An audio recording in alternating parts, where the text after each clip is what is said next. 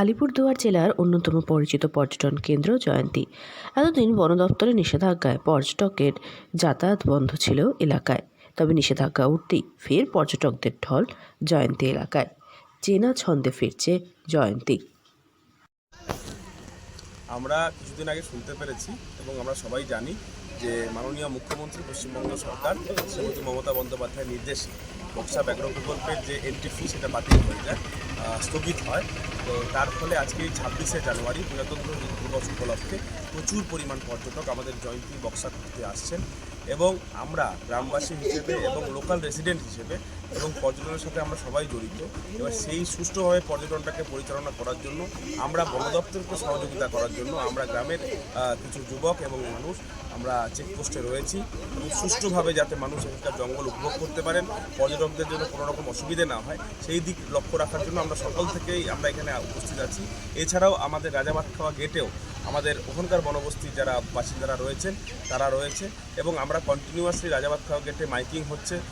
আলিপুরদুয়ার জেলার বক্সা ব্যাঘ্র প্রকল্পের অন্তর্গত জয়ন্তী, রাজাভাতখাওয়া সহ বিভিন্ন পর্যটন কেন্দ্রগুলিতে দেখা যাচ্ছে পর্যটকদের ভিড়। মুখে চওড়া হাসি পর্যটন ব্যবসায়ীদের।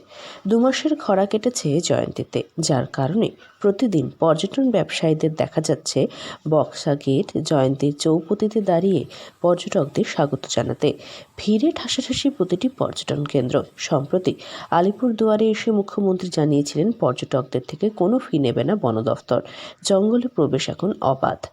তারপর থেকে লক্ষ্য করা যাচ্ছে বক্সা ব্যাঘ্র প্রকল্পের জঙ্গলে পর্যটকদের আনাগোনা। পর্যটন ব্যবসায়ী অয়ন নাইডু জানান, পর্যটক আসবে জঙ্গলে সেটা তারা বরাবর চেয়ে এসেছেন। জয়ন্তী, রাজাভাতখাওয়া পর্যটক ছাড়া ভাবাই যায় না। সমস্ত ভুল বোঝাবুঝি শেষ হয়েছে। বক্সার পর্যটন এবার ঘুরে দাঁড়াবেই। গ্রিন ট্রাইব্যুনালের মামলা বিচারাধীন রয়েছে আদালতে। তবে বক্সা পর্যটনে অনিশ্চয়তার মেঘ কাটছে ধীরে ধীরে। পিকনিক শুরু হয়েছে ফের জয়ন্তীতে। শুরু হয়েছে ফের। আলিপুরদুয়ার থেকে অনন্যাদের রিপোর্ট, লোকাল 18 বাংলা।